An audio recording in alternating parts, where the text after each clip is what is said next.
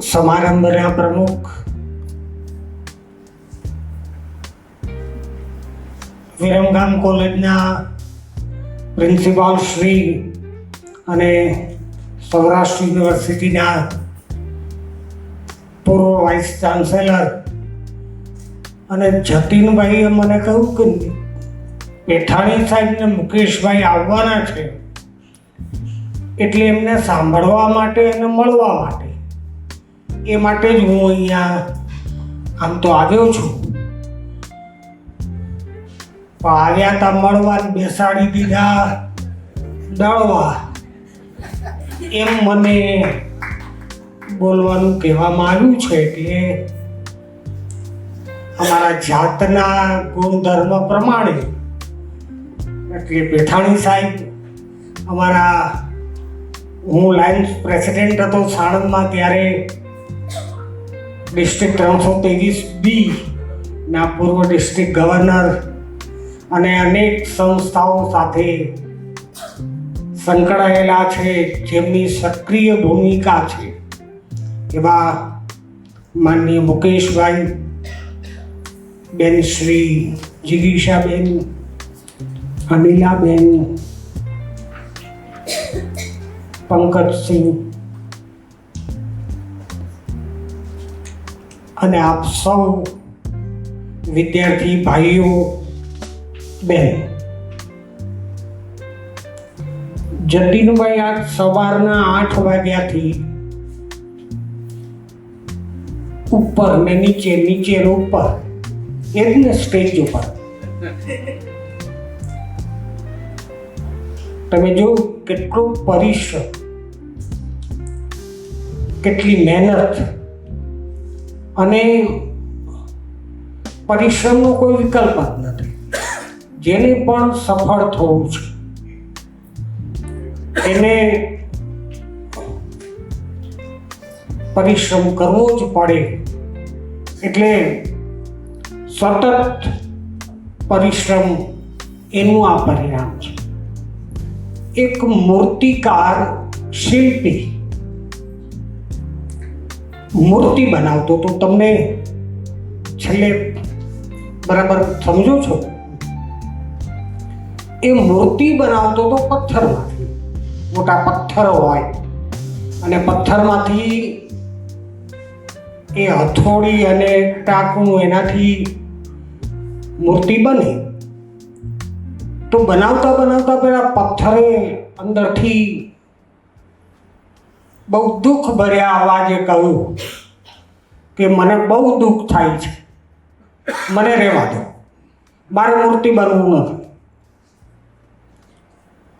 પેલા શિલ્પીએ એને ઘણું સમજાવ્યું કે મૂર્તિ બની જા, અત્યારે થોડી તકલીફ વેઠી લે, પણ એ પથ્થરે ના પાડી કે મારે નથી થવું.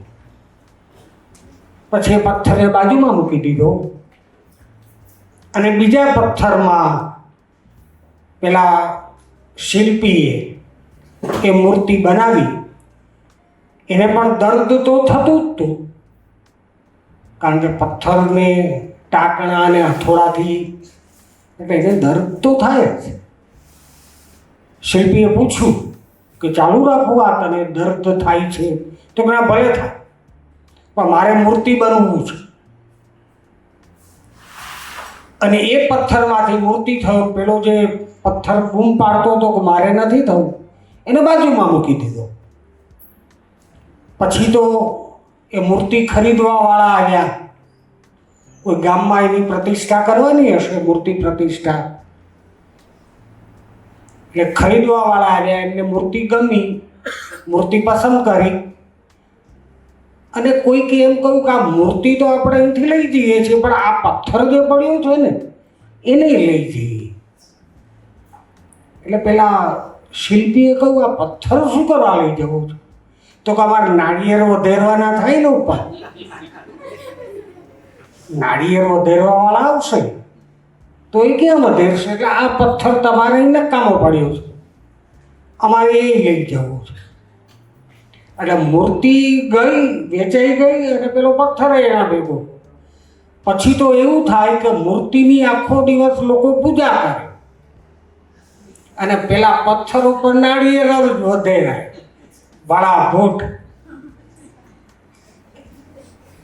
પછી પેલા પથ્થરને એમ થયું કે આના કરતાં મૂર્તિ બન્યો.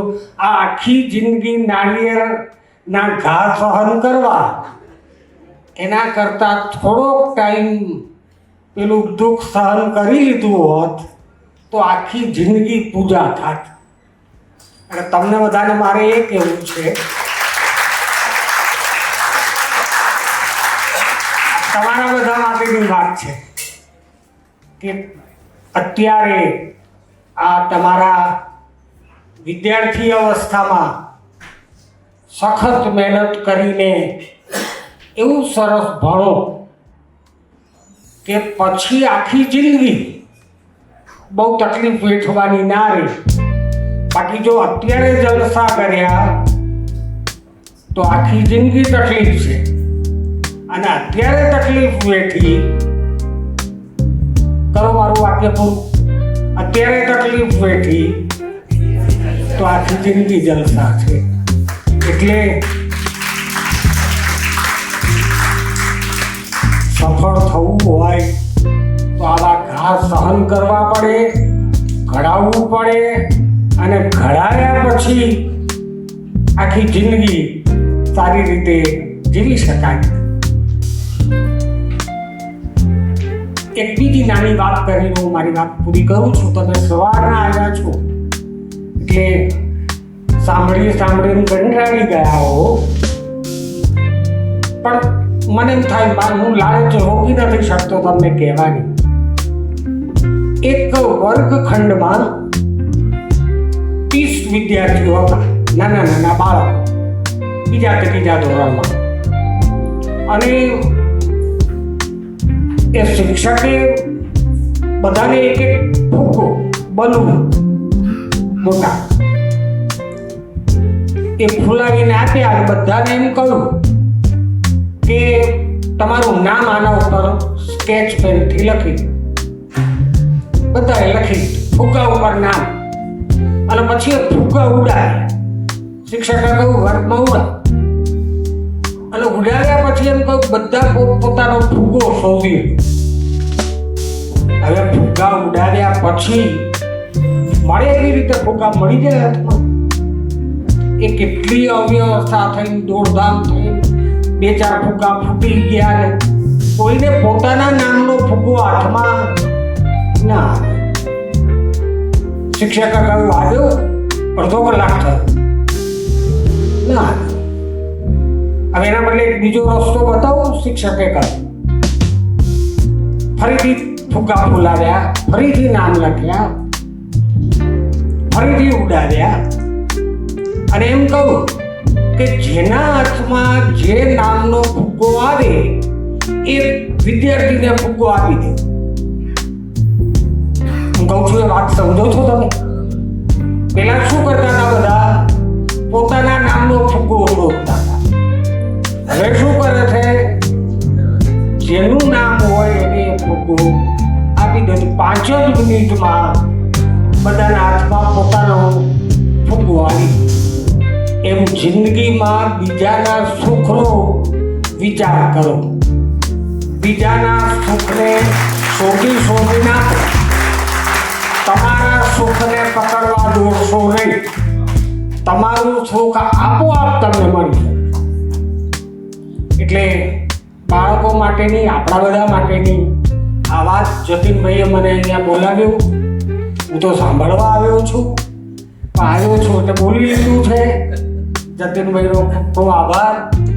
બધા ખૂબ સારા સફળ થાવ, દેશની રાષ્ટ્રભક્તિ બધામાં આવે. બધાને ખૂબ ખૂબ આશીર્વાદ અને શુભેચ્છા.